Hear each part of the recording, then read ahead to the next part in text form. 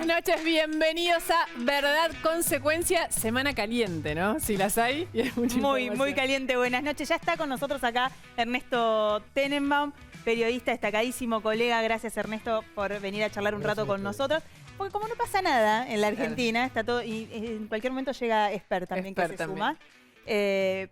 Decimos que no pasa nada en chiste, por supuesto. En horas nada más habla Cristina Fernández de Kirchner en Resistencia Chanco, en la UNCAUS, un escenario para ella cómodo, ¿no? Para Cristina Fernández, y hasta ahora toda la política, te diría, no solo el Frente de Todos, está así como diciendo, ¿qué va a decir? ¿Qué va a decir ahora? ¿Qué va a pasar? Y si a alguien le podemos preguntar qué va a decir ahora, además de Amaru, es a Santiago Fioriti, porque hoy arrancamos acá, tenemos a Ernesto, lo vamos a volver loco con preguntas, porque uno de los temas principales de Ernesto es que nos ayude a pensar, ¿no? No solo a dar información, sino a pensar y a alivianar este peso que genera la crisis gigante que esta semana hubo un momento que se llegó a decir, lo llegó a decir Ernesto, están yendo por Alberto Fernández, no solo lo dijo un por ministro, Guzmán. Lo dijo Bernie, lo dijo con todas las letras, habló de autogolpe en realidad, que se lo hacía el propio Fernández, Alberto Fernández, pero Aníbal Fernández también habló de eso, hoy volvió, o sea, está discutiendo, en el gabinete comienza a discutirse, bueno, ya no es Guzmán, ya hace tiempo que no es Guzmán. Acá Guzmán es una excusa para pegarle a Alberto Fernández. ¿Hasta dónde quiere llegar Cristina Larroque, que fue el vocero más importante que tuvo la Cámpora? ¿Hasta dónde quiere llegar Máximo Kirchner, que de hecho acaba de presentar un proyecto del cual la Casa Rosada no tenía conocimiento, por lo menos en el Ministerio de Economía no tenían conocimiento? No, porque es interesante ese dato. Vamos a contar de qué estamos hablando. Es un proyecto de ley que propone que el aumento que está por ley, digamos, por legislación previsto para el salario mínimo vital y móvil para agosto y diciembre, que se junten y en se agosto. En julio, claro, que se dé todo en julio y te lleve al salario mínimo un poquito más de 47.000 pesos. Sí, 47.000 pesos, que afecta obviamente los planes de Guzmán, ¿no? Claro, pero eso es algo que haría un Mario Negri. Alguien, pongo Mario Negri por poner un ejemplo de un diputado opositor que conocemos todos, digo, un senador como Martín Lustó. Pero alguien que tiene, que es de la bancada oficialista, se supone que va, lo habla con el gobierno y eso sale por resolución, bueno, hecho, no necesita salir por el Congreso. Uno de los datos más importantes del proyecto es lo que dice el proyecto, los argumentos para adelantar ese pago del salario mínimo vital y móvil, porque Máximo Kirchner ahí, los diputados que lo acompañan, lo que dicen es la inflación va a ser más del 60% este año en diciembre. Con lo cual, eso sí también ya es una postura totalmente opositora, porque es lo que venían diciendo los economistas de la oposición, seguramente Esper lo va a decir en un ratito, ya es más del 60% para el oficialismo la inflación. Ayer, Cristina... Está bien, pero esto que pasó hoy, lo que está pasando, y también con reforma previsional, hay algo... Mañana a las 10 de la mañana en el Senado. Claro, lo que muestra es, ok, vos no me sacás al ministro de Economía, yo te pongo la agenda de la economía. Claro, bueno, esa es la hasta ahora el kirchnerismo y la Cámpora lo que vienen haciendo es, le venían contando las costillas al gobierno y todas las cosas que supuestamente Alberto hace mal o no hace. En este caso, como dice Luciana, lo que hace el kirchnerismo duro es, empezamos nosotros a mandar proyectos al Congreso que perjudican incluso lo que vos querés hacer. En realidad es lo que siempre se quejó, sobre todo el peronismo, de la oposición, que dicen quieren tomar decisiones ejecutivas, de carácter ejecutivo a través del poder legislativo. Ahora lo hace un diputado oficialista. Yo consulté hoy en Casa Rosada, no sé cómo te fue, Santi. ¿Cómo es que dijo Larroque el estrondoso silencio? ¿Cómo fue la frase que usó en su momento? Hace un tiempo, claro. Hoy, no sé si a vos te respondió alguien, pero a mí ni comentario sobre Máximo. Yo consulté en algunos ministerios, los toma de sorpresa, claramente, es una jugada justo en las horas previas, para retomar lo que decía Luciana antes, de que hable Cristina Fernández de Kirchner. Me dicen que no va a hablar de coyuntura, pero siempre alguna cosa. A ver, expliquemos, ¿por qué habla ella? Todo el mundo está esperando que hable, lo miro Ernesto de reojo, lo vamos a sumar a esta conversación, pero todo el mundo está esperando que hable Cristina desde hace un montón, porque viene hablando en parábola. Cristina habla porque tiene un evento con parlamentaristas europeos. Largo. Le preparan pero mañana es para ella. Clase magistral.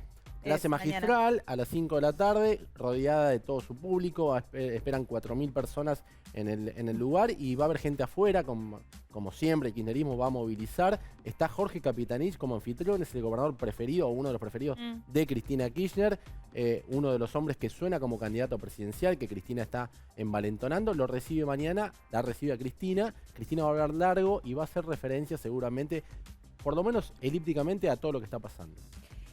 Hay un datito de Gabriela Cerruti de hoy, la portavoz del gobierno, que habla todos los días. Escúchenla porque hubo mucho ruido sobre el lugar, el rol y la posición de Martín Guzmán.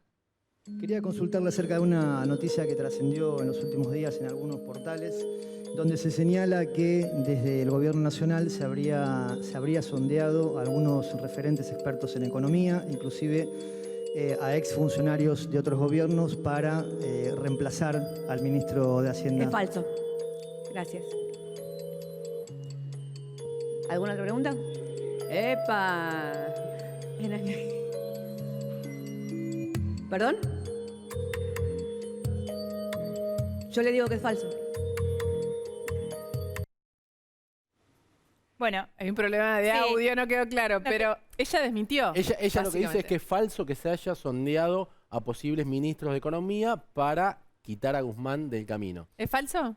No es falso. Te voy a decir por qué. Hace menos de un mes, hace 20 y pico de días, Alberto Fernández, este dato es nuevo, invitó a cenar a Roberto Labaña a la residencia de Olivos. En esa cena estuvieron Alberto Fernández, Roberto Labaña y Gustavo Vélez, el misterioso funcionario de este gobierno que nunca habla, pero que aparece en este tipo de reuniones. Se habló de todo, sobre todo de economía, y cuando se fue, a los pocos días recibió un mensaje de un funcionario muy importante de este gobierno que le dijo, ¿estás para ser ministro? Y Labaña dijo que no, que él no quiere volver. Me cuentan, esto no lo pude chequear, que la respuesta fue algo así como, yo dije en la campaña presidente o nada, me quedo en nada. Pero ese sondeo existió, con lo cual, o Cerruti no lo conoce, me parece raro. falso de siendo toda la portavoz, falsedad no estaría... Pero sí sondearon a Roberto Labaña como posible candidato a ministro de Economía. Alberto Fernández lo que está tratando de hacer es, bueno, si lo tengo que cambiar en un momento a Guzmán, que sea alguien que más o menos represente mis ideas. Porque ha pasado en estos cambios de gabinete que cada vez que se va un ministro, llega un hombre muy vinculado a Cristina. Igual, si lo tengo que cambiar, es una frase que puede implicar un montón de cosas que van a pasar en estos días. Mañana habla Cristina. Es una semana tremenda, le queda un día. Mirá lo que pasó. Desde el Gobierno Nacional se habría sondeado a algunos referentes expertos en economía para reemplazar al ministro de Hacienda. Es falso. Gracias. ¿Alguna otra pregunta? ¡Epa! Acá los que están construyendo la derrota son Guzmán, Culfas y Moroni. No hay albertismo. Están todos especulando con la propia, haciéndole un gran daño al país, al peronismo y al frente de todos. Son Alberto los ataques, no al ministro de Economía. Yo se lo he dicho a Martín, ayer me crucé en el acto y se lo he dicho, quedad tranquilo que no son para vos. Yo creo que el golpe se lo está haciendo Alberto a sí mismo. Yo creo que la torpeza que estamos viendo últimamente no es más que atentar contra la propia figura del presidente, es atentar contra sí mismo y atentar contra su gobierno. Pero si hay algo que no me caracteriza es la hipocresía. Y si hay algo que no me gusta es ocultar lo que pasa. Si hay algo que no me caracteriza es la hipocresía, dice el presidente de la Nación. Ernesto, ¿se rompe todo o no se rompe nada? Y ya está todo muy roto, ¿no? Es difícil saber qué significa que se rompe todo, pero... Y que se vayan de verdad. Eso no lo sé. Eso no lo sé. Eso son juegos de cartas que lo van a ir definiendo a lo largo del tiempo. Lo que sí es que hay una dinámica donde el conflicto es cada vez más creciente y la ruptura que vos planteás que hace unos meses hubiera sido ni siquiera impensable, un planteo lunático, hoy es un planteo realista, posible, puede darse. Hay una dinámica de creciente conflicto cuando uno ve que no pasa un día sin que alguien que se referencia a Cristina Kirchner tiene comentarios despectivos, agresivos contra el presidente o contra alguno de sus ministros, y que hay una decisión muy clara del presidente de no mantener relación con la vicepresidenta, uno ve el peor momento de la relación sin ninguna duda, ¿no? Pero esto que dijimos toda esta semana, que es como, pará, ¿están yendo por Alberto? Digamos, ¿realmente crees que la intención detrás de todo lo que se dijo esta semana, que es un montón, es también decir, Alberto, bueno, si no te gusta, ¿te podés ir? Mira, a mí me parece que lo que están haciendo es ejercer presión para condicionarlo a Alberto Fernández, cosa que ocurre desde el primer día de gobierno. Lo que pasa que lo que sucede, lo novedoso en este tiempo, es que el gobierno avanza sin oír lo que dice Cristina. Hay un momento donde esa relación se rompió, yo creo que tiene que ver primero con la reacción que hubo de renuncias en masa de ministros después de las PASO, después se aceleró después del resultado electoral, cuando él dice que, de hecho lo están diciendo en algunas declaraciones, cuando él dice que la candidatura del 2023 se define en una PASO y se acelera brutalmente con la discusión del acuerdo con el fondo. Él acelera hacia alianzas dentro del peronismo, con la oposición, derrota a Cristina. Cristina sufre una derrota política muy fuerte porque queda en minoría en cada uno de los bloques, incluido en el del Senado, y después en minoría absoluta respecto de la votación. Creo que es 5-1, 6-1, depende de la Cámara. Entonces, ese contexto hace un increyendo donde el cristinismo se siente más afuera del poder que antes y se vuelve más agresivo para tratar de condicionar al presidente, ¿no? Hoy a la tarde charlábamos con Sergio Bernstein acá en TN y él mostraba unos datos que habían hecho con D'Alessio en la consultora, que mostraba que los argentinos se habían corrido digamos, del centro hacia la derecha. Y entonces que el problema de Cristina era mucho más grande que Alberto, que el problema de Cristina es que su discurso, o el discurso con el que siempre permeó en su electorado, ya no prenga porque la gente quiere otra cosa. No quiere más Estado, quiere menos Estado. Está más cerca de lo que propone Milei que de lo que tiene Cristina para ofrecer. A mí me cuesta mucho pensar quién tiene el problema más grande, si Alberto o Cristina, porque son problemas de diferente índole. El problema que tiene Alberto Fernández es que tiene que gobernar. Y gobernar en una sociedad que está muy golpeada, que está muy descreída, que no le cree al gobierno. Uno ve todas las encuestas, bueno, el resultado electoral ve una sociedad distante del gobierno, en condiciones sociales que, más allá de que sea culpa o no del gobierno, esto se puede discutir, claramente hay condiciones sociales muy deterioradas con una inflación creciente. Entonces hay un problema de gobernar el país en estas condiciones que es muy desafiante y a eso hay que agregarle con una coalición partida, con un sector interno, no solamente la oposición, pero sobre todo el cristinismo que todo el tiempo le serrucha el piso. El problema de Cristina va más allá de eso. El problema de Cristina tiene que ver con cómo perpetuarse en el poder en condiciones donde ella no decide las reglas del juego, porque las decide en todo caso el presidente o la realidad, pero ella tiene una injerencia cada vez menor. Y lo que tiene por delante es aún más delicado. Hace muy poquito, un periodista muy cercano a Cristina le atribuye a Cristina una frase, un párrafo que es más o menos así. Preocupada por la posible derrota electoral, dice, bueno, Matías Culfas va a volver a ser consultor de empresas privadas. Vilma Ibarra será abogada de una gran corporación. Alberto Fernández volverá a la academia o a los sets de televisión. Así le atribuyen haber dicho. Y así sucesivamente. En cambio, van a venir por mí y mi familia. Y la verdad que la perspectiva de Cristina en ese sentido, para ella es muy delicada, porque si el peronismo pierde la elección, ella puede ser candidata a senadora, pero el Senado que la va a recibir, en el caso de que el peronismo pierda la elección, es un Senado opositor, que difícilmente, ante un requerimiento judicial, le proteja los fueros. Cuando Macri gobernaba, hubo dos actitudes del peronismo respecto de los fueros. Una respecto de Devido, el peronismo le quitó los fueros a Devido en la Cámara de Diputados para no quedar pegado, y otro respecto de Cristina, que le dejó los fueros. En una derrota electoral, Cristina tiene derecho a pensar y tiene elementos para que eso le sea creíble, vienen por mí, no por Alberto. En el Senado eso viene de antes, sí, ¿no? De antes, viene y es como desde abarcativo, claro. El que defendía esa doctrina era Pichetto, ¿no? Claro, Poco Pichetto está fue más. de hecho, Cristina no está presa porque Pichetto se opuso, entre otros dirigentes que no querían que un presidente o un expresidente en este caso fueran presos. De hecho, Cristina, retomando lo que decía Ernesto, no quiere ser candidata de la mano de un candidato como Alberto Fernández. Y eso también está en el bolillero y eso también es motivo de discordia entre el Instituto Patria y la Casa Rosada, porque, como bien decía Ernesto, Cristina en un momento dijo, ¿cómo? Alberto llama a una PASO, él forma parte de la PASO sin consultarnos a nosotros y al mismo tiempo Alberto se arroga el derecho de ya ser candidato sin hablarlo conmigo. Esto es lo que piensa Cristina, ¿no?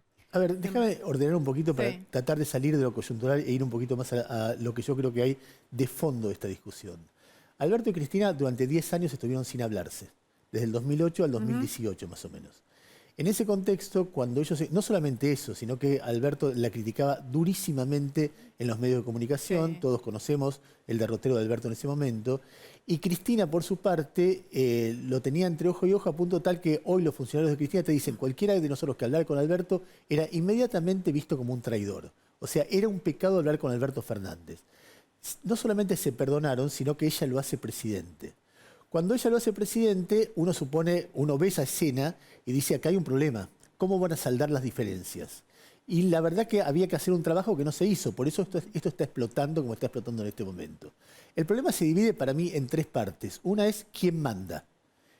Uno piensa que en términos normales, si Cristina designa a Alberto, lo designa para ser presidente, con lo cual le concede el derecho a mandar. Pero no es así. Y esto es opinión mía. Yo que veo un patrón en la familia Kirchner que le cuesta reconocer el poder en alguien que no pertenece a la familia. Pero, perdón, te interrumpo, porque en algo tan excéntrico como trasladar realmente, porque lo designó, la gente votó, pero digamos, la decisión de Alberto Fernández jamás, nunca hubiera llegado a hacerlo.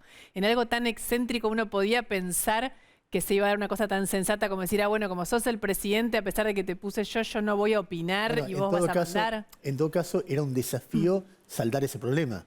Yo te designo como presidente, te doy el poder, o en qué medida te lo doy, o cómo articulamos. Perdón, Ernesto, porque me parece interesante eso, en qué medida te lo doy, porque olvidémonos de la Alianza del Frente de Todos. En la Alianza Juntos por el Cambio pasó lo mismo. Uno de los grandes reclamos del radicalismo a Macri fue: nosotros hicimos una alianza electoral para después tener un gobierno de alianza, y fue tu gobierno, no nuestro gobierno. Está bien, pero y ahora el kirchnerismo le está diciendo: vos sos el presidente, pero decidís con nosotros, no sin nosotros. Mira, a mí me parece que en esto se juntan 2 cosas. Me parece que por un lado, lo que decía, que para la familia Kirchner, que haya alguien que no se llame Kirchner en el poder es algo difícil de tolerar. Los 3 gobernadores que tuvieron en Santa Cruz, cuando los Kirchner se vinieron para Buenos Aires, sufrieron un tratamiento muy parecido a Alberto Fernández. Cuando Scioli era candidato a presidente, todos conocemos que el tratamiento fue lo mismo, de ninguneo, de esmerilarlo, y lo mismo está sufriendo Alberto Fernández en este momento. Hay un patrón ahí, hay algo... No es momento de que Alberto Fernández también, digamos, esa es la conflictividad mirada desde el punto de vista de lo que hace el kirchnerismo con los que quiera. Y Alberto Fernández, ¿por qué no, digamos, por ejemplo, ahora es posible que no pueda aumentar las tarifas, eso puede hackear al ministro de Economía la semana que viene. Y sin embargo, Alberto Fernández, que lo anunció, lo contó Santi acá, lo anunció hacia adentro, 1000 veces, ni siquiera echó a ese subsecretario que representa a Cristina en la política energética. Mira, a mí me parece que van a aumentar las tarifas. La verdad que la información que yo tengo es que van a aumentar, que en algún momento, como las tarifas las puede aumentar el presidente, pero las tiene que firmar la titular del ENRE, que responde a Cristina. Y ahí va a tener que tomar una decisión Alberto Fernández si lo impone por decreto o la echa directamente. Yo no sé si explicar qué es lo que está bien y qué es lo que está mal esto. Yo puedo ver un proceso. Me da la impresión de que Alberto Fernández deja que los otros hablen para que en todo caso se expongan en su virulencia, y él calla como una forma de no escalar y no quedar prendido en el barro y dejar que los otros se van poniendo nerviosos mientras intenta conducir el gobierno. Me da la impresión de que esa es la estrategia que ha elegido, y que eso en el comienzo del gobierno era una estrategia para preservar la unidad, y hoy ya es una estrategia para acelerar la ruptura, porque sabe que ir por las suyas genera del otro lado las reacciones que genera. Eso es lo que yo alcanzo a entender de este momento de los silencios, de preservar, de no echar a algunos funcionarios para no dar la excusa como que él dio la excusa de la ruptura. Pero en cualquier caso... Lo que pasa es que en el medio, perdón Ernesto, en el medio te complica mucho la gestión. En el caso de Guzmán, claro. Por ejemplo, me consta que Guzmán le está diciendo, si no nos dejan aumentar las tarifas, no se cumple el acuerdo con el Fondo Monetario. Yo también tengo la información que las van a aumentar. Pero en el caso de Guzmán, él mismo dice, la inflación, parte de las causas de la inflación es en la pelea política, la falta de credibilidad. Totalmente. El drama de esto que estamos viviendo, que es una relación políticamente patológica, por de alguna manera, vos haces una alianza que te sirve para ganar las elecciones, pero no articulás para después, es el costo que tiene para el gobierno y para el país. Porque naturalmente, si una línea económica se impone de alguna manera, tiene más posibilidades de ser exitosa que si no se termina de definir nunca una línea económica, porque siempre hay un pero que la demora.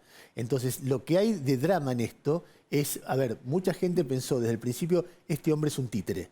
Creo que hoy lo que se ve es un conflicto, con lo cual las dos visiones no son compatibles. No. O es un títere o hay un conflicto. Un títere obedece. Ahora, lo que yo veo es que ese conflicto tiene su drama también. No es que por ahí es mejor que alguien obedezca y la línea sea coherente, que estén los dos peleándose. Lo mejor hubiera sido para cualquier gobierno es que armonizaran, que articularan, que establecieran puntos intermedios, si de última nadie tiene la verdad sobre qué se debe y qué no hacer en un país y cómo manejar una economía tan endiablada como la Argentina. Pero la ruptura en términos personales, yo creo que además hay dos miradas del peronismo que empiezan a pelearse en el 2008 sobre qué hacer con la justicia, qué hacer con el periodismo, en qué lugar del mundo poner el país, qué hacer con la economía, etcétera, etcétera, qué hacer con el campo, qué relación tener con los empresarios. Hay dos miradas que empiezan a discutirse, que empieza a discutir Alberto y Cristina a través de la televisión en el 2008. parecía que se juntaban y negociaban esas dos miradas y vuelven a abrirse. Y esas dos miradas están en discusión. Lo que pasa es que no podés discutir tanto con tanto poder de los dos lados, o podés, pero perjudicás a tu gobierno y perjudicás al país, ¿no? Claro, sobre todo perjudicás al país, digo que estamos todos, digo, la semana que viene se espera que se conozca la inflación, en el gobierno hablan de que va a estar, si no es del 6, muy cerca del 6%. Las tarifas que en efecto van a aumentar, pero que si no aumentan, capaz que es un problema inclusive más grande que si que aumenten, y todos estamos hablando de la relación Cristina y Alberto. ¿Qué vos decís? Es una estrategia. Ojalá fuera una estrategia porque indicaría que esto está pensado, pero cuando vos hablás con gente del gobierno que creían que podían surfear esta ola y llegar así hasta el 2023, hoy te dicen, bueno, esto así no se banca más. ¿Crees que lo de la claro, Roque cruzó un límite, o esto se rompe o se arregla, pero así no podemos seguir.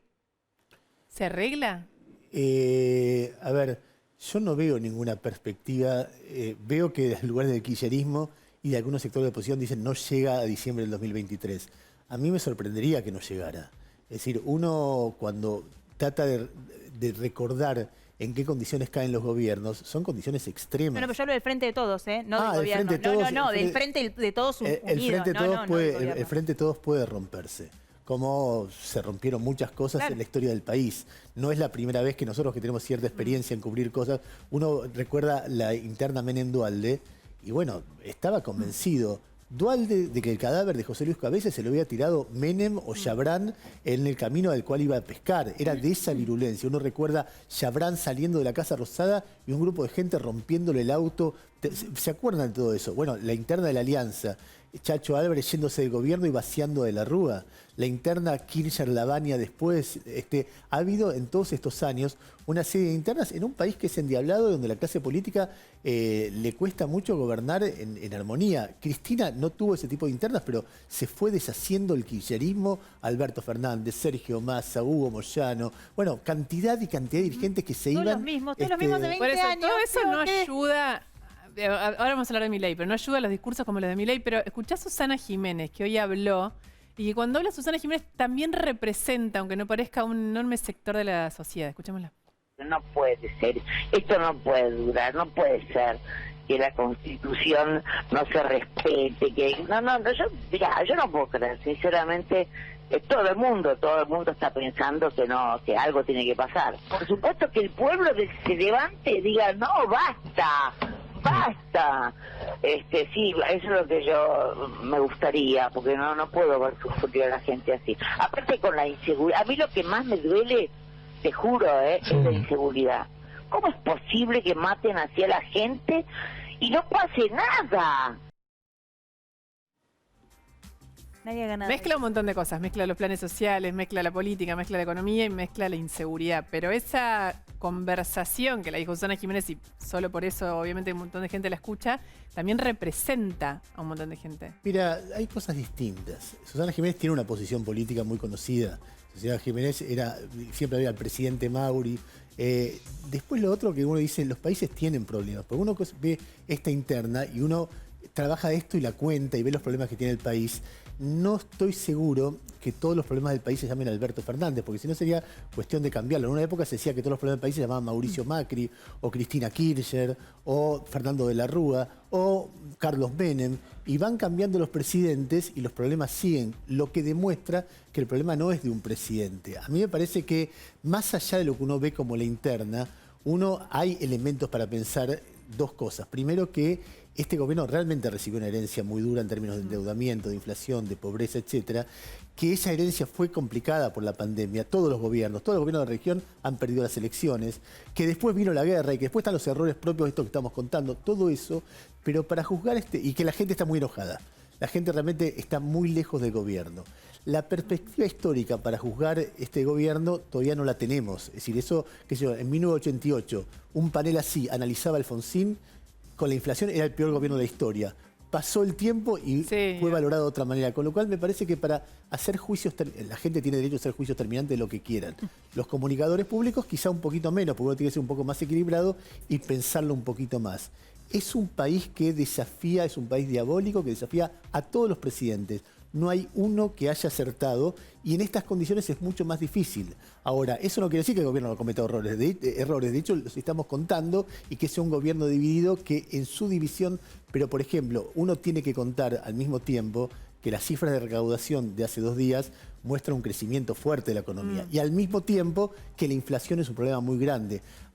Cuando uno mira la economía, es una economía mixta, donde hay muy malas noticias en un sentido y algunas sorprendentemente buenas en otro, y hay que mirar, me parece, con un poquito más de matices eso. Yo cuando veo un discurso tremendista, cuando además vos sabés que es alguien que simpatiza con uno de los políticos que son de los principales críticos del gobierno, y me parece que hay que verlo así, como algo de quien viene con todo el derecho del mundo a tener una opinión, y hay otras, qué sé yo.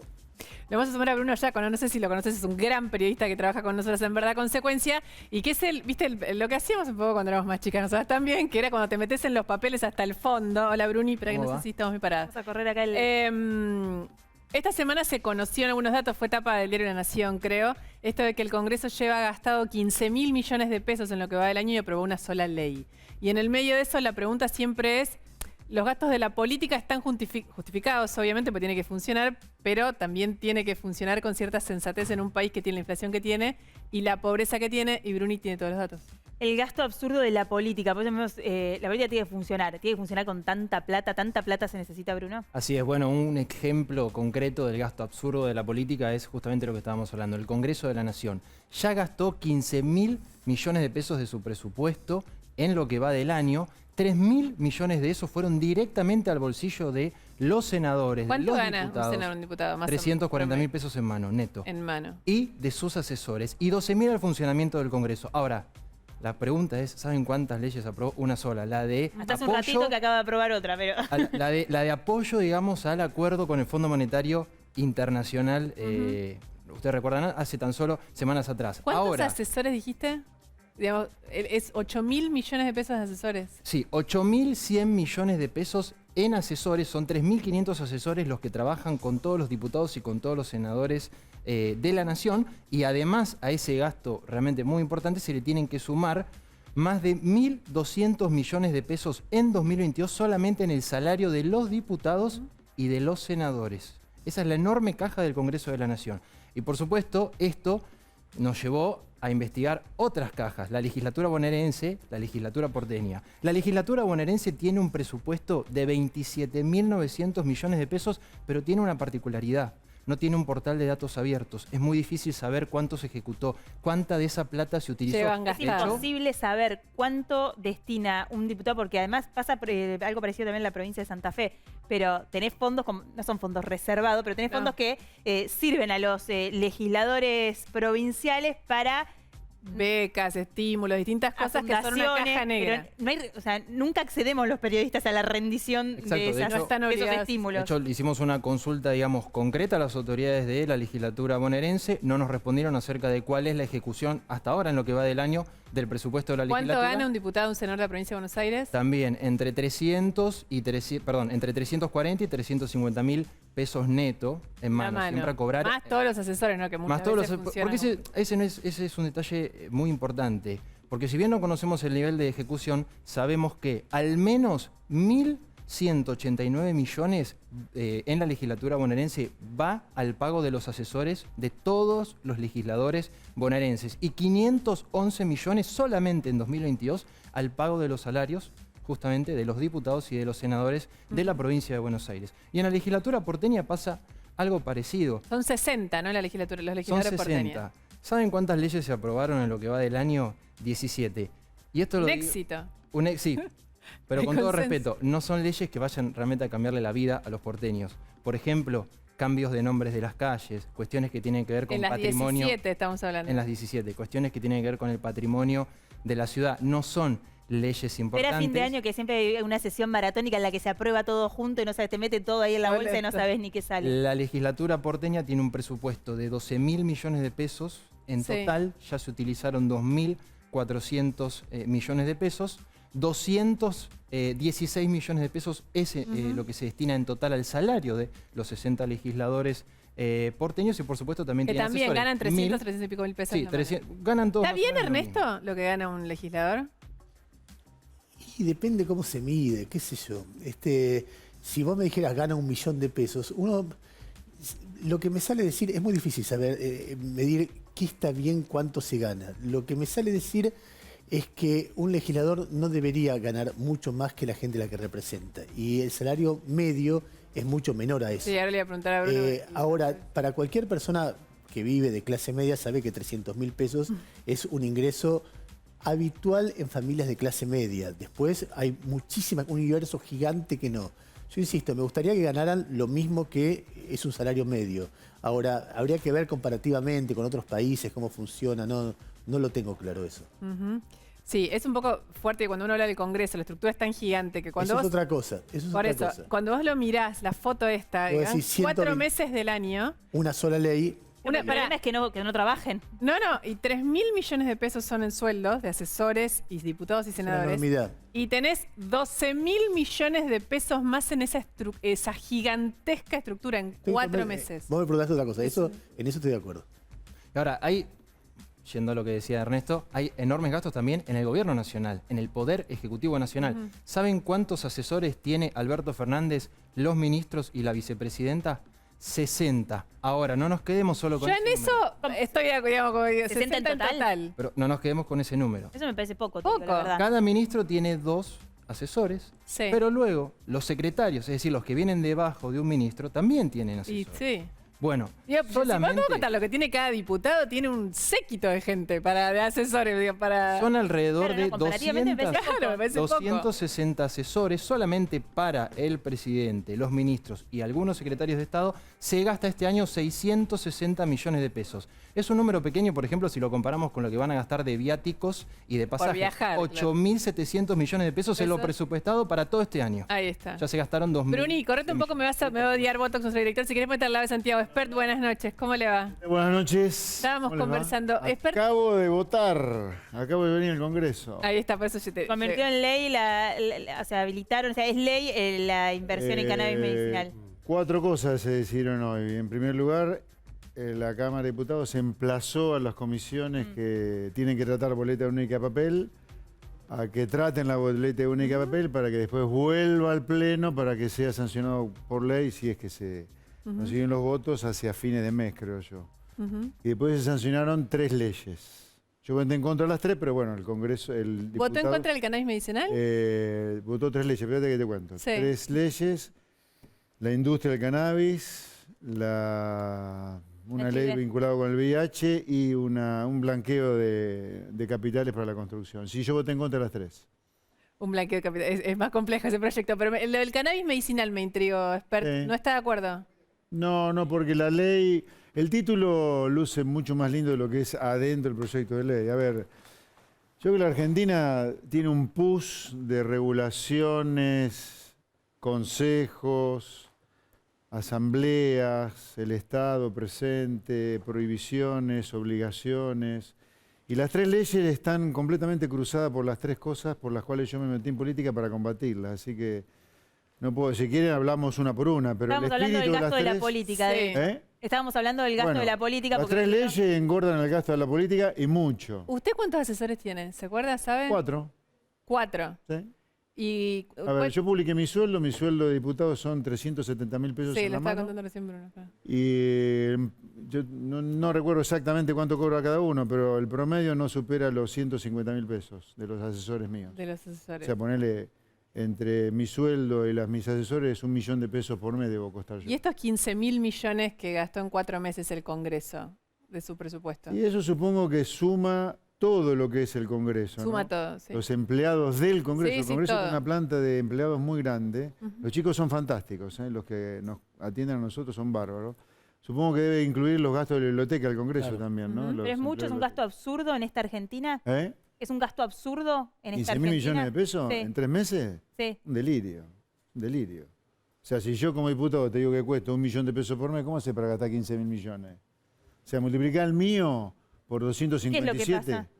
El mío por 257 diputados, estamos hablando de 257 millones de pesos por mes, por 3 meses.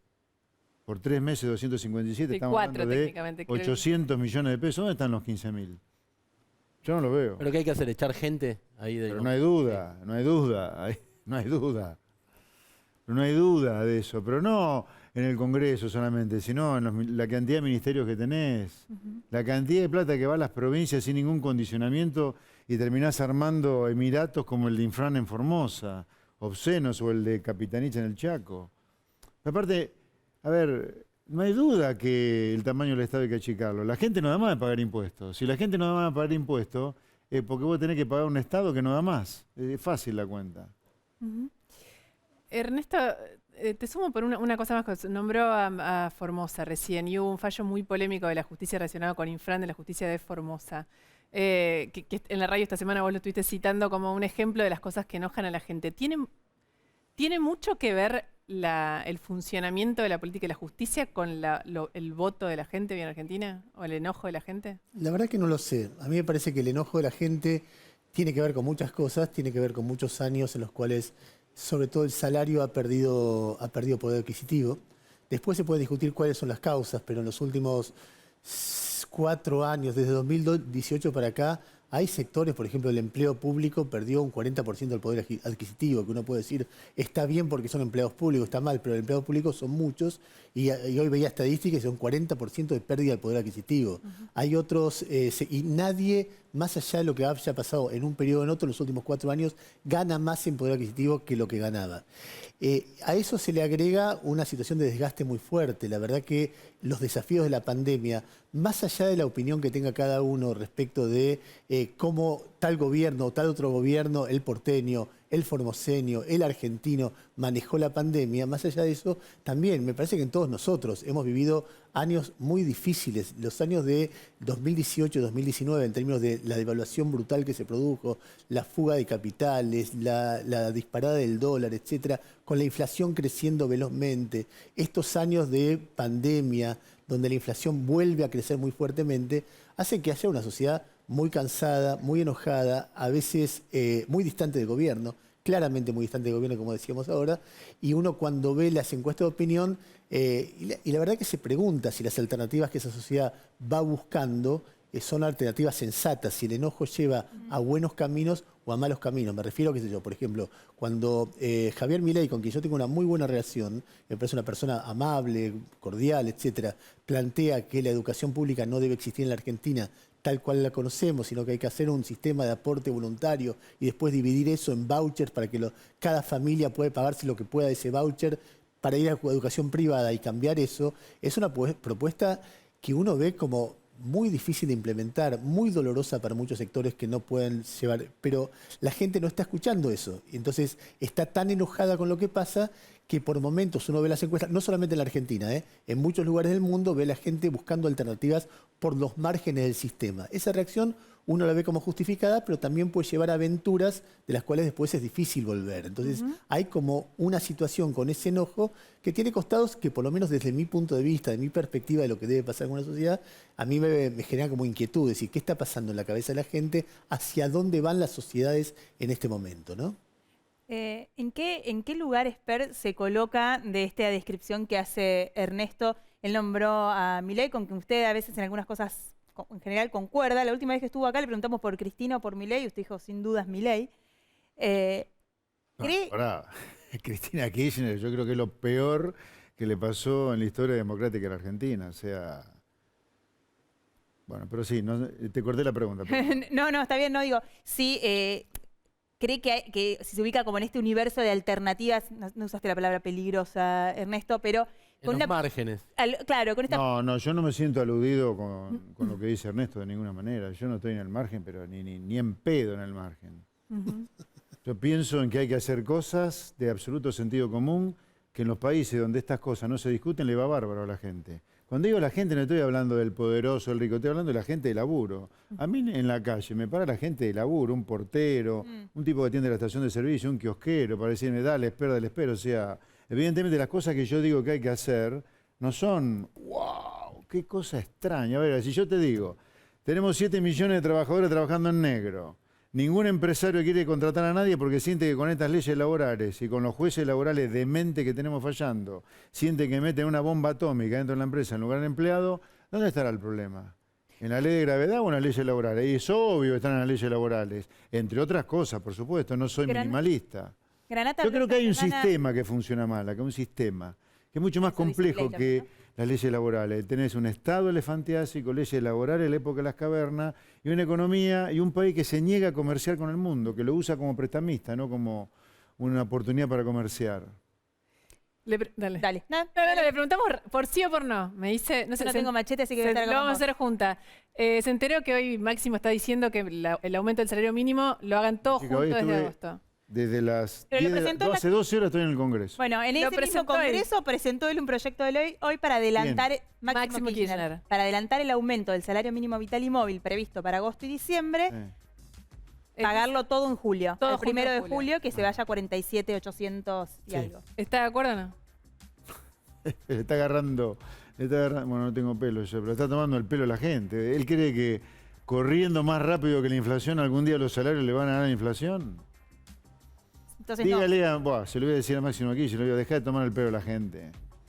Ahí está. Ojalá esa fuera la solución, pero es ridículo. ¿Vamos a llegar a una inflación de 3 dígitos? ¿Sí ¿Eh? o no? ¿Vamos a llegar a una inflación de 3 dígitos? ¿Sí o no? Arañando estaremos este año. ¿Arañando Mínimo los 3 70. dígitos? ¿Los 3 dígitos? Bueno, Mínimo 3 dígitos 70. pueden ser 100, ¿no? Por eso, 300, Sí, 500. igual es una... Dice 100 pero como usted- si... ¿Usted dice que vamos a arañar los 100? ¿Sí? 70 mínimo. Bueno, No. hoy Máximo Kirchner dijo más de 60. Los sea, petroleros ya pidieron 70 igual. Claro. Usted dijo que cerraría Aerolíneas Argentinas. ¿Cree que hay que privatizar las empresas de servicios públicos todas? No, la línea hay que cerrarla.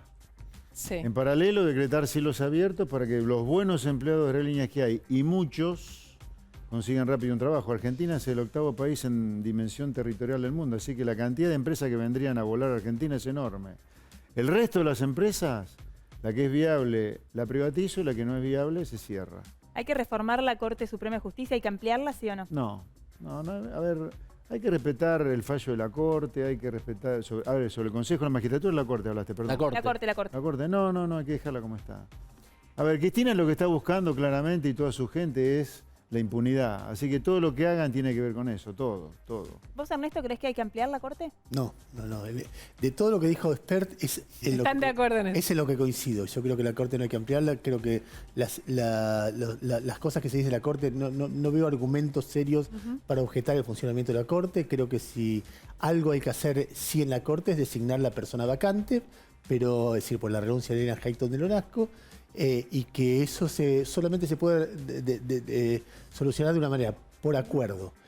Que si Cristina, que me parece que es la que más traba estas designaciones, la del Procurador General, etcétera, quisiera un acuerdo en designar a un juez independiente, que todos están de acuerdo, creo que eso se solucionaría. Me parece que la ampliación de la Corte no cambia nada, me parece que es un reflejo muy parecido a lo que hizo Carlos Menem en el 89, que llegó con una Corte de 5 miembros y lo amplió a 4, y va en contra de lo que hicieron Néstor Kirchner y Cristina Kirchner cuando estuvieron del poder, que redujeron a 5 la cantidad de miembros y designaron, y que eso en aquel momento les dio mucho prestigio. Es increíble ver hoy hacer lo contrario y algo más parecido a Menem. El resto, me gustaría tomar un café con Milei para discutir cada una de las propuestas que dicen. Lo único que quiero decir es que...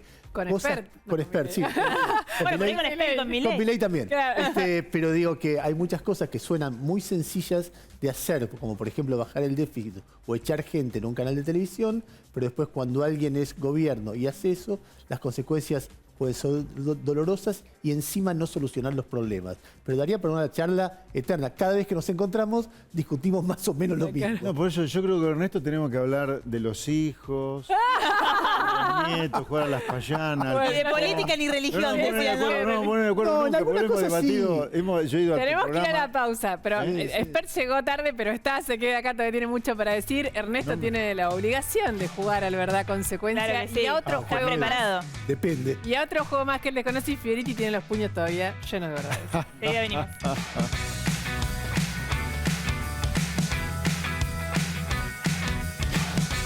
Tus inversiones siempre en tus manos.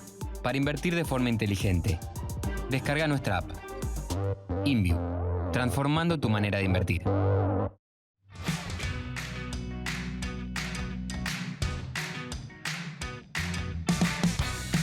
De una empresa, una flota moderna de vehículos.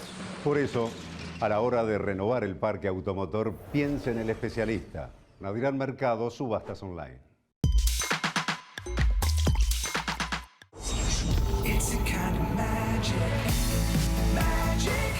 En Santander, nuestra misión es contribuir al progreso de las personas y de las empresas. Ingresá a santander.com.ar y conoce nuestras acciones de banca responsable. Queremos ayudarte. En San Juan potenciamos la agroindustria vitivinícola y olivícola. Lideramos la inversión minera y el desarrollo energético.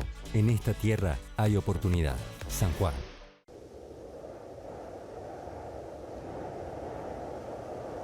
Descubrí la ciudad del conocimiento. Descubrí La Plata. Conoce más en veniaestudiar.laplata.gov.ar, Municipalidad de La Plata. Cuando salimos de casa siempre nos encontramos con una cara familiar y eso nos encanta. Municipalidad de 3 de Febrero. Todos los días podemos sembrar algo nuevo. Singenta. Juntos hacemos más.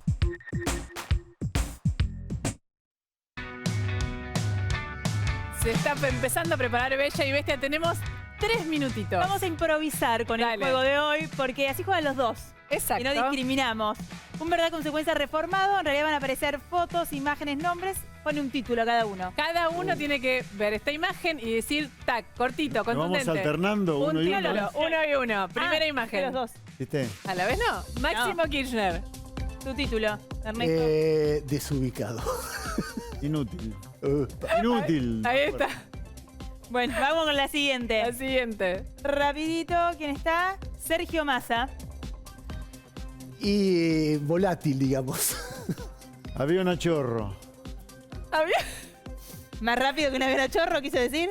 Está muy bien. Ese, Nicolás Guiñaki, si quiere puede pasar. Vamos con la siguiente foto. Mauricio Macri. Y diría un mal presidente. Tibio. Y la última, Alberto Fernández, el presidente de los argentinos y argentinas. Y acorralado, diría yo. Títere. Títere. Y tenemos uno más, Faltó que lo sumamos Cristina, recién. iba a decir, No, es verdad, pero ya se ha dicho tanto. Esta Javier persona que Milei está con chaleco. Con chalecos y con todo. Y yo diría un salto al vacío. Imán para los jóvenes. Estuvo tibio. Pará, quiero preguntarle, no tenemos tiempo porque el juego vale para los dos. ¿Podemos jugar verdad consecuencia con los dos o no? Con los dos, ¿cómo es? ¿O vamos a una tanda y cuando volvemos intentamos en verdad consecuencia? Vamos, tanda cortita. Dale.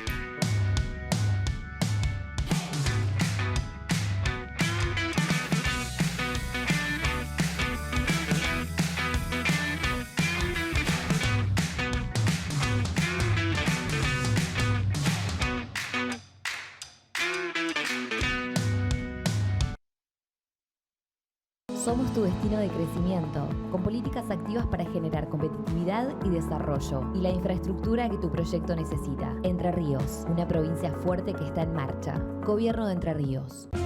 Cumplimos años y lo que nos impulsa a mejorar es saber que todo lo que hacemos es para cumplir siempre con vos. OSPE, 25 años dedicados a cuidarte. Escuelas seguras y confortables. Informate en lanús.gov.ar. El bosque chaqueño es de todos los argentinos. Hoy le toca hacer historia al Chaco. Cobra con QR Galicia que tenés acreditación inmediata. Galicia.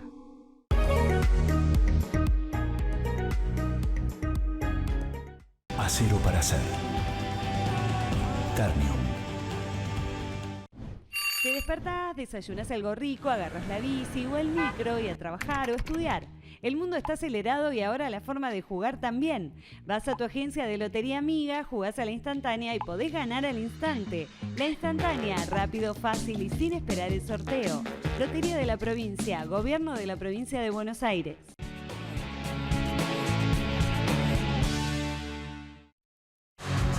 La calidad de vida hace todo distinto. Nuevo Geniol con paracetamol. Seguinos en nuestras redes sociales. Honorable Cámara de Diputados de la Provincia de Buenos Aires.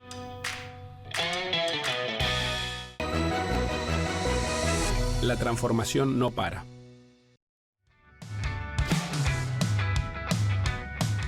Esta Bella y Bestia, listo para la acción. Muchos dicen que todo el lío político debería terminar con esto. Esta pregunta. La pregunta de la verdad para Ernesto Tenenbaum, para José Luis Espert. La contesta primero Espert. Bueno, 2023. No tiene opción de votar en blanco. Y tiene solo 2 boletas. ¿Macri o Cristina? Macri. ¿Ernesto? No, ninguno de los dos, pero... No. ¡Es un juego! Ernesto. Es que no podría. Es decir, hay opciones que no son pensables. Creo que los dos serían un momento muy difícil para el país. Creo que incrementaría todos los problemas. Y no Deberían, perdonamos por colega, esto es la corporación del periodismo. ¿Deberían presentarse los dos? No se quejen de los ¿Y terminar con esto? ¿Deberían presentarse los dos y terminar con esto, Macri? No, yo preferiría que no, pero tienen todo el derecho del mundo. ¿Qué Nos fuimos, terminó Verdad Consecuencia. Nos encontramos el jueves que viene acá. Gracias a los dos por venir. Muchas gracias. Quédense con Bella Investia. Chao, hasta el jueves que viene, que estén bien.